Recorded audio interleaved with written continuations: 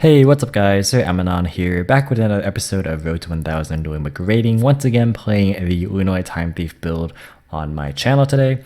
So yeah, first things first, if I sound a little bit quieter or if my voice sounds a little bit off, it's because I'm actually recording at the right and early hours of 2:30 in the morning. So yeah, had some other stuff to do, but we're always trying to grind out that content. So always trying to bring a video for you guys whenever I can. And obviously, now that I have my cable again, I really just want to record more stuff. But yeah, second thing is I kind of want to just mention something that I came across in the comment section of yesterday's video. The series isn't meant necessarily to kind of like be a perfect showcase of like the best games all the time.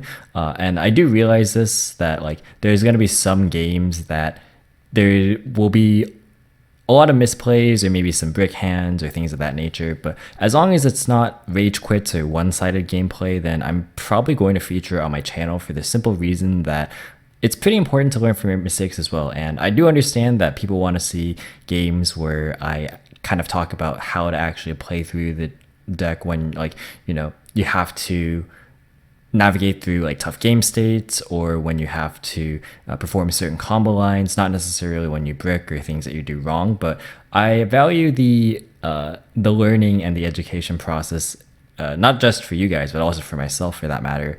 But that goes for mistakes as well as for, you know, successes as well. Like, you can learn a lot from all parts of the game, in my opinion. So as long as it's, again, like not contributed to just straight up bricks or only one-sided gameplay, or when people quit, like if there's something that I feel is worth taking away and learning from, then I'm going to showcase it in this series. That's kind of just something I wanted to mention here at the start. But yeah, we are going to be playing against Altergeist today, and yeah, we are going to just go ahead and get straight into it.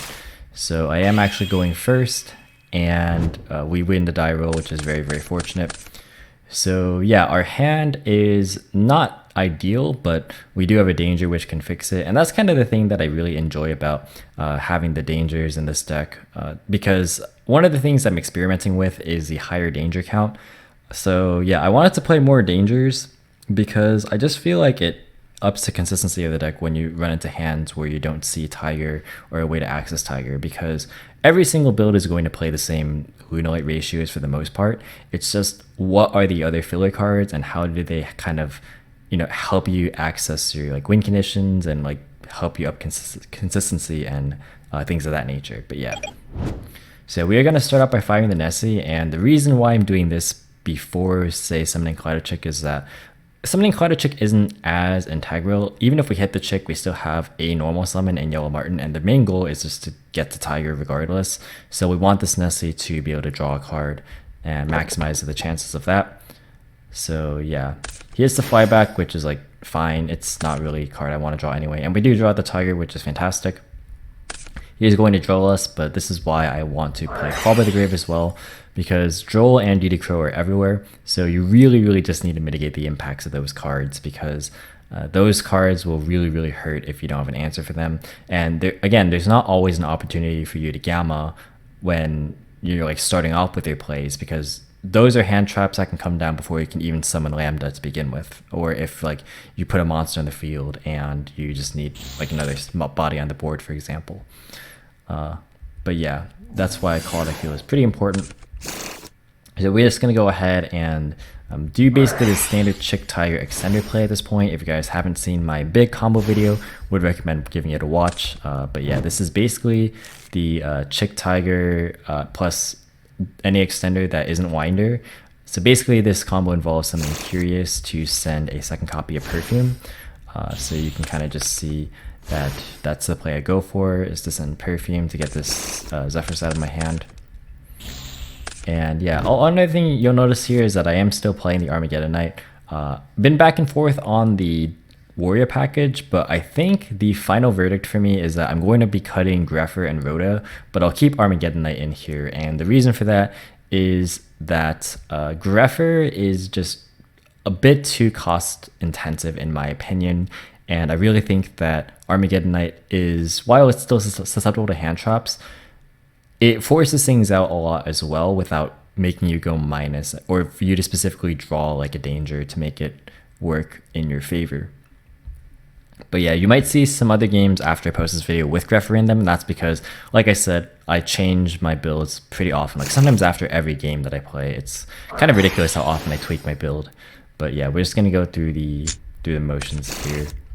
And something I have been thinking about is, instead of summoning Appaloosa, just going for the Lambda Gamma play anyway, which is something you can definitely do if you wanted to, because it basically is like almost the same thing. It's just that you don't have IP to link away the gamma, the driver, to make it like super high value. But in the end, it's gonna be largely fine. Like you would have had pretty much the same thing.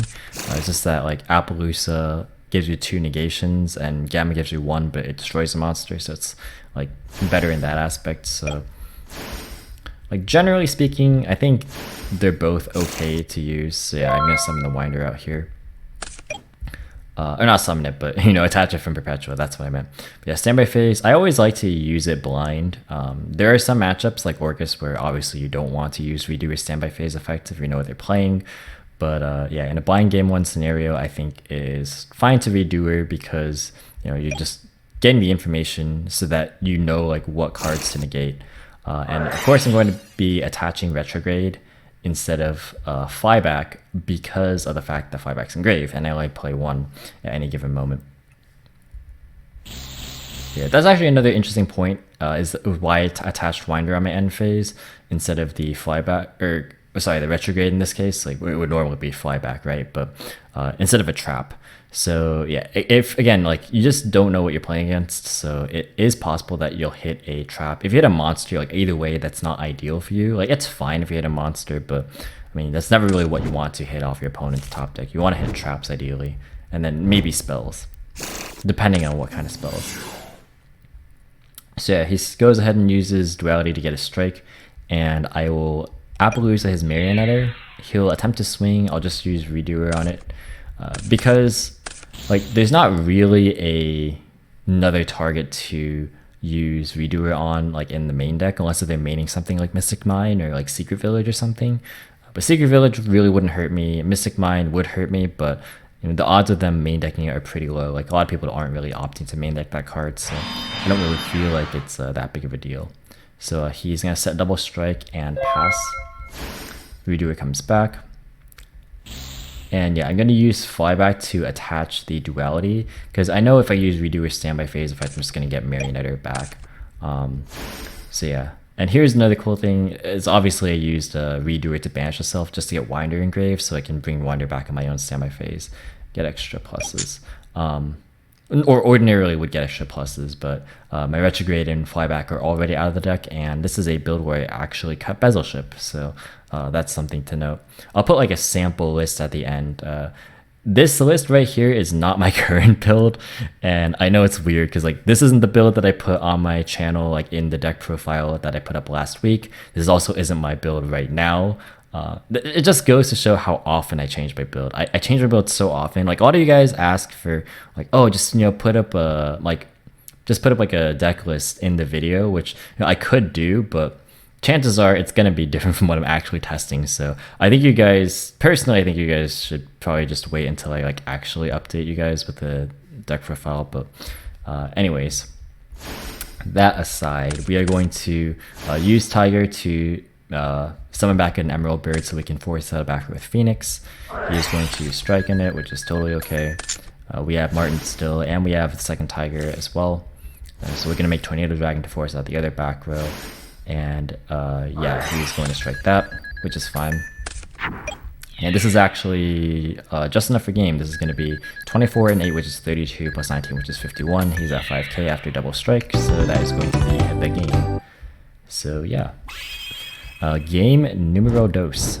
He's obviously going to opt to start, and we draw a Twin Twister, which is really nice. He's going to go off with the Melisseek to grab Faker. Like, generally speaking, I don't really like hand trapping right now. Like even against the combo decks, I just like to go second and break boards, personally. I guess the exception to that would be Droll, but I think Droll and Gamma are the only hand traps that I'm currently playing. Like between my main and side. Like obviously Gamma being main is like, for pretty clear reasons, but yeah, anyways. So we're not going to start off with a Twin Twister because I want to force something just so I can like Twin Twister and clear the other back row.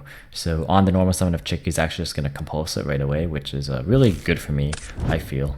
He has Faker to get Silk.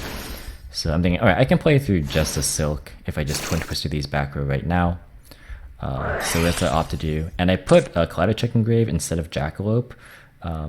I guess it doesn't really hugely matter, but I just want to use Perfume sooner rather than later, so that's what I choose to do. But I have goods to be able to like discard Jackalope anyway if I wanted to. So I hit Awakening the Dragon. That's why he doesn't use Judgment, because he's going to use it to summon Hexia. And this is pretty cool for him because now he has like another layer of disruption that I have to kind of deal with. So yeah, he does not negate my Perfume, which is fine with me. He can negate Perfume's grave effect if he wants to, which is what I'm kind of banking on. At this point, I'm thinking I can still play through this because even if he negates Perfume and grave, I'll have Foolish Goods as a follow-up. So he's going to actually Silk bounce the Kaleido Chick again. He really just does not want me to... He doesn't want me to get Martin and grave at any point, which I guess is understandable. I think his line of play, or his logic was, okay, if I bounce his Kaleido Chick and then I negate his Perfume with the Hexia, then he won't really have much of a follow-up, but I have 3 other cards in my hand, so... Yeah. I probably should have just used the Perfume first, because then that would have like prompted his negation, but he did it anyway, so it didn't really matter. Like, it didn't really matter because like if he didn't negate either of the Perfumes, I was getting double Tiger, and like I was getting a Tiger on the field to stick no matter what he did. Like, it didn't matter what he did. So yeah, I pitched the Jackalope off the second Perfume, get a Mothman, and then grab Tiger to grab Kaleido Chick. And now this is kind of where I do a weird play. I'm kind of not really trying to close the game. I should be thinking of ways to close the game right now because I definitely can. But instead, I just kind of go and make a board, and I do a really weird thing here where I search Flyback instead of Retrograde. But like if I was going to make a board, I should just search Retrograde. But the game is so simplified that all I need to do is make a small board, and like we're pretty good to go anyways. But yeah, either what I should have done was try and go for a Bulbasaur OTK, which wouldn't have been too hard even with his Link Rebo, because like assuming that I was able to sort of like push through the rest of his board, which, you know, it's just a Link Rebo. Like that shouldn't have been too hard, but anyways, yeah, I go instead for Appaloosa to stop a float of the Hexia, which I mean is alright, but not really that necessary. Yeah, so I believe my end board is like Redoer and Tornado Dragon, if I remember. So I'm gonna attack with Redoer. He's gonna have to use Link Rebo on it. That's fine. I'm gonna use Appaloosa to attack into the Hexia, and he will try to search. I'll negate the search, and then I'll go ahead and use Redoer and then summon stuff back. And then Tiger will bring back the Martin to make Tornado. So yeah, this should have been Retrograde if I was going to go for this play. Definitely don't know why I did it that way. I guess my logic was I could just spin his normal summon, like if I attach Retrograde from the deck, which is like not a bad line of thinking either, to be honest. But yeah, I grabbed a trap from this top deck anyway, so yeah, it didn't really matter. And he knows at this point that game's pretty much over. I'm just going to Appaloosa his Marionetter and then spin it when he goes to end phase, and his Ash isn't really going to save him at that point. So yeah, again, like this game wasn't like super, it wasn't super close this game, but I think the last game was a pretty good showcase of like what the combo is supposed to be, or like what you can realistically expect to face. And yeah, that's kind of like this is kind of just a good way to show how you can like navigate your way through certain boards, or like certain more reasons behind deck building, right? Like why I chose to play Call by the Grave and stuff like that. But yeah, that's actually gonna do it for this video, guys. Thank you guys so much for watching. Hope you guys enjoyed. If you did, be sure to leave a like as well as any thoughts or feedback in the comment section down below.